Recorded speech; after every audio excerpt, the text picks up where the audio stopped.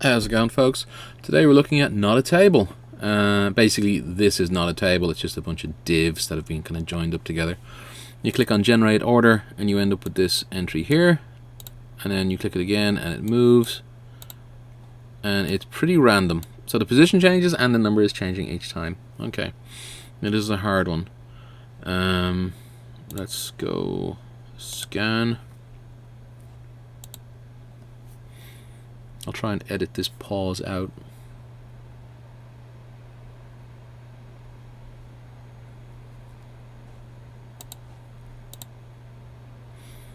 Because it's a bit tedious. Okay, so select on screen. Okay, it's always a good bet. Generate order,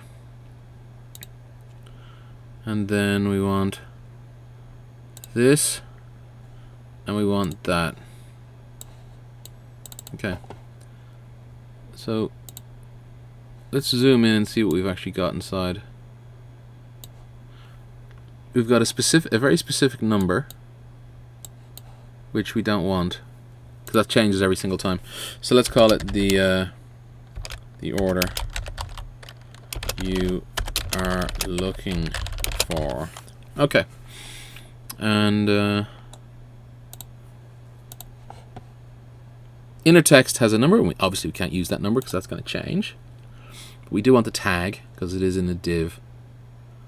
XPath will change as well, so we can't use that. We could temporarily work with that, and then it'll only work once. So we need to yeah, these are all going to change, so we're going to have to anchor it to the one above it. And so let's do that by identify by, turn off select that, and anchor by properties. We've already failed at that. Bad practice. Index, maybe. Let's try anchor. So we're going to use this one here.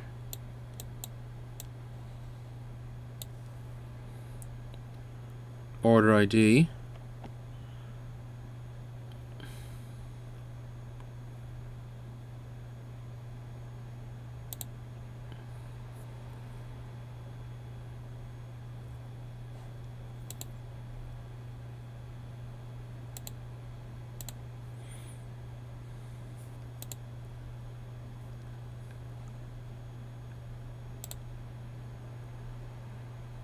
Okay. Or is it still thinking? Okay, so the order you're looking for, the order number you're looking for, it's inside that. It's got a tag because it's inside a div, and it is anchored to the order ID, the one above, which is identified by the tag and the inner text order ID. Okay, so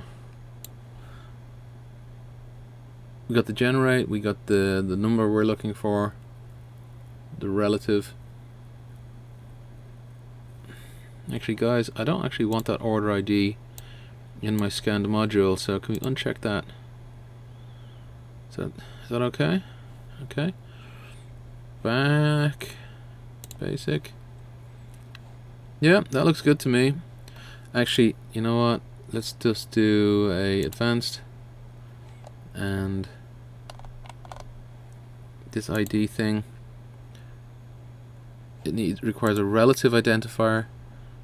Set that to coordinate.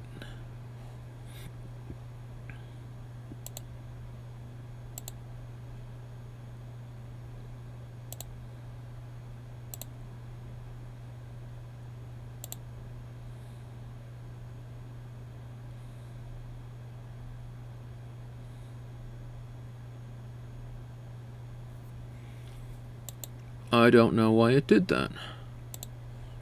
That should work fine. It does work fine. That was a little bizarre, wasn't it? Let's close that up, save it.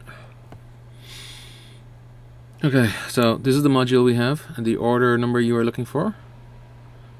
The generate button, I want to move that up front because that's what we want to do first.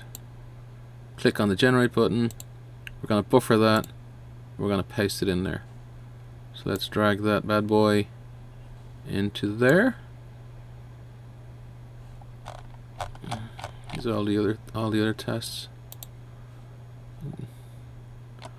I don't want that crap there. I just want that. Okay. X instead of a click. X is event driven, and then we want the inner text. We want to store that in a buffer called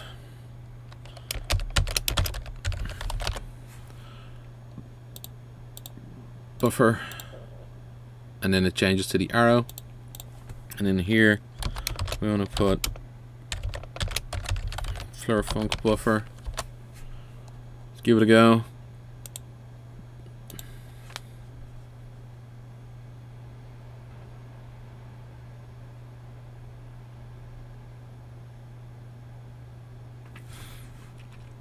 .496 is the correct value, and everything worked on this end, but the number, putting the number in here didn't seem to do anything. Let's have a look at the module attribute and FireEvent. This is from a previous test challenge. The FireEvent is when it changes. Let's change it to input.